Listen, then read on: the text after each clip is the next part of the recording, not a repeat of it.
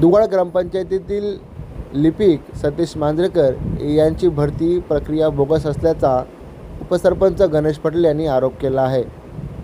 संबंधितांवर फौजदारी कारवाईची मागणी देखील त्यांनी केली आहे। भिवंडी तालुक्यातील दुगाड ग्रामपंचायत मधील लिपिक सतीश श्रीपत मांजरेकर यांची लिपिक भरती प्रक्रिया वादाचे भोवऱ्यात सापडली असून सदर प्रक्रिया बोगस असल्याचा आरोप उपसरपंच गणेश भिकाराम पाटील यांनी केला असून या प्रकरणाची सखोल चौकशी करून संबंधित बोगस माजी लिपिक सतीश मांजरेकर यांच्या विरोधात फौजदारी गुन्हा दाखल करण्याच्या मागणीसाठी गणेश पाटील यांनी भिवंडी गटविकास अधिकाऱ्यांना लेखी निवेदन सादर केले आहे। यावेळी याबद्दल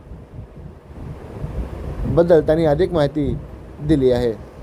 2018 रोजी त्याला सतीश मांजरेकर हा आपल्या ग्रामपंचायतचा लिपिक ह्याला 2018 साली ग्रामपंचायतने ग्रामसभेचा ठराव घेऊन त्याला कामावरून कमी केलं होतं। त्यानंतर BDO साहेबांकडे एक सुनावणी झाली। त्या सुनावणीमध्ये सर्व ग्रामपंचायतचे सदस्य आणि सरपंच यांची त्याने माफी मागून त्याला पुन्हा आम्ही कामावर जॉईन करून घेतलं 2001 मार्चमध्ये। त्याचे आपल्याकडे पुरावेसुद्धा आहेत की त्याला ते पगार वगैरे दिलेले जे सगळे पुरावे आहेत। त्याच्यानंतर पुन्हा त्याची जी मनमानी वागण्याचा जो कारभार होता, काम करण्याची पद्धत जी होती की त्याला सतत गैरहजर राहिल्याबद्दल त्याला पत्र दिले, त्याला सांगितलेलं कामाच्या बाबत त्याला पत्र दिले। ते सर्व पत्र ते आपल्या ग्रामपंचायतीकडे उपलब्ध आहेत। या सर्व पत्रांचा आधार घेऊन आणि त्याच्यानंतर त्यांनी जो खुलासा दिलेला आहे तो अमान्य करून त्याला 2022मध्ये कामावरून कमी केलं। त्याला कामावर कमी केल्यानंतर तो इथे अपिलात आला। अपिलात आल्यानंतर इंद्रजित काळे साहेबांनी आपल्याला एक पत्र काढलं, आदेश दिला की याला पुन्हा कामावर घेण्यात यावं। त्या आदेशामध्ये आमचं कोणतेही म्हणणं ऐकून न घेता 2023ला 6/3/2023 रोजी काळे साहेबांनी आम्हाला एक आदेश काढला। त्या आदेशामध्ये आमचं कोणतंही म्हणणं ऐकून नाही घेतलं आणि त्या आदेशाला संदर्भ दिलं 2019ला जेव्हा त्याला कामावर घेतलं त्यावेळेला जी ऑर्डर काढली होती त्या ऑर्डरची अंमलबजावणी अद्यापर्यंत केली नाही, अशी फिरवाफिरवी सगळी या पत्रांमध्ये चालू आहे।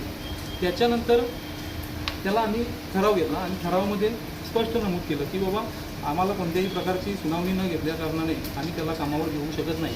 त्यानंतर त्या ऑर्डरच्या विरोधात त्या ठरावाच्या विरोधात तो CEO ऑफिसला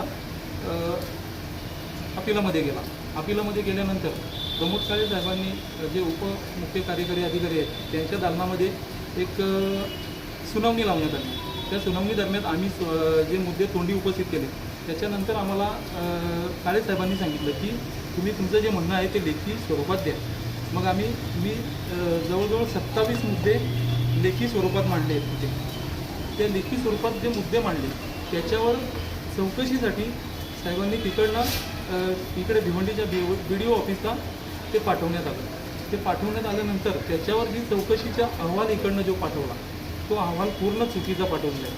कोणत्याही कागदपत्राची पडताळणी न करताना तो अहवाल पाठवला आणि त्या अहवाल पाठवलेले जे मुद्दे मी आता परवा दिवशी माहिती अधिकाराखाली पेपर घेतले तेव्हा मला माहिती झाली की ह्या पद्धतीचा अहवाल पाठवला। त्याच्यामध्ये पहिलाच मुद्दा जो आमचा आहे त्या मुद्द्यामध्ये मी म्हटलं होतं, जेव्हा माहिती दिली तिथे आम्ही स्वतः काळे साहेबांकडे लेखी दिलं 27 मुद्दे, त्यातला पहिलाच मुद्दा माझा असा होता की ह्या कर्मचाऱ्याने 2011ला हा कर्मचारी लागलेला नाही, हा कर्मचारी 2016ला लागलेला आहे।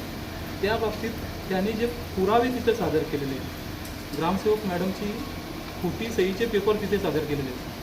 कारण 2011चं इतिवृत्त हे ग्रामपंचायत दप्तरी मॅडमजवळ त्यांच्या चार्ज यादीमध्ये नाही आहे आणि त्याच इतिवृत्तावरती झेरॉक्स कॉपीवरती ह्याने मॅडमच्या डुप्लिकेट सहीचे पेपर तिथे सादर केलेले आहेत।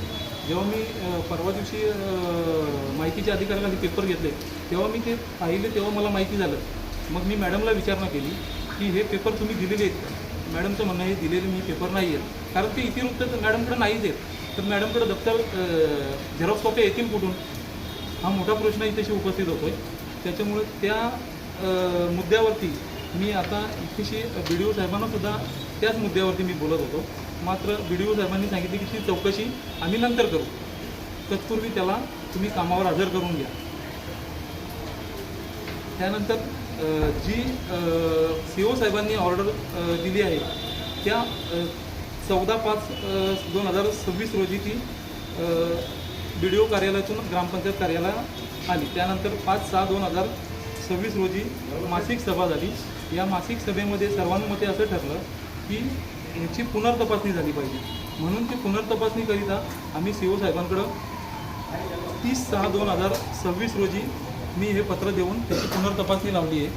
आणि मी CO साहेबांना ह्याच्याबद्दल संपूर्ण माहिती संक्षिप्त स्वरूपात कागदपत्र दाखवून तिथेशी दाखवून दिली. त्यानंतर मला CO साहेब म्हणाले की ह्या गोष्टीवरती मी जे काय आहे ते पुढे तुम्हाला कळवतो. त्याच्यानंतर त्याचीच एक प्रत मी BDO साहेबांना 1 तारखेला इथे सादर केली की असं मी पुनर्निरीक्षणमध्ये गेलेलो आहे. त्यानंतर मग काल मी BDO साहेबांना भेटल्यानंतर BDO साहेबांनी आम्हाला सांगितले की उद्या तुम्ही इथे उपस्थित व्हा.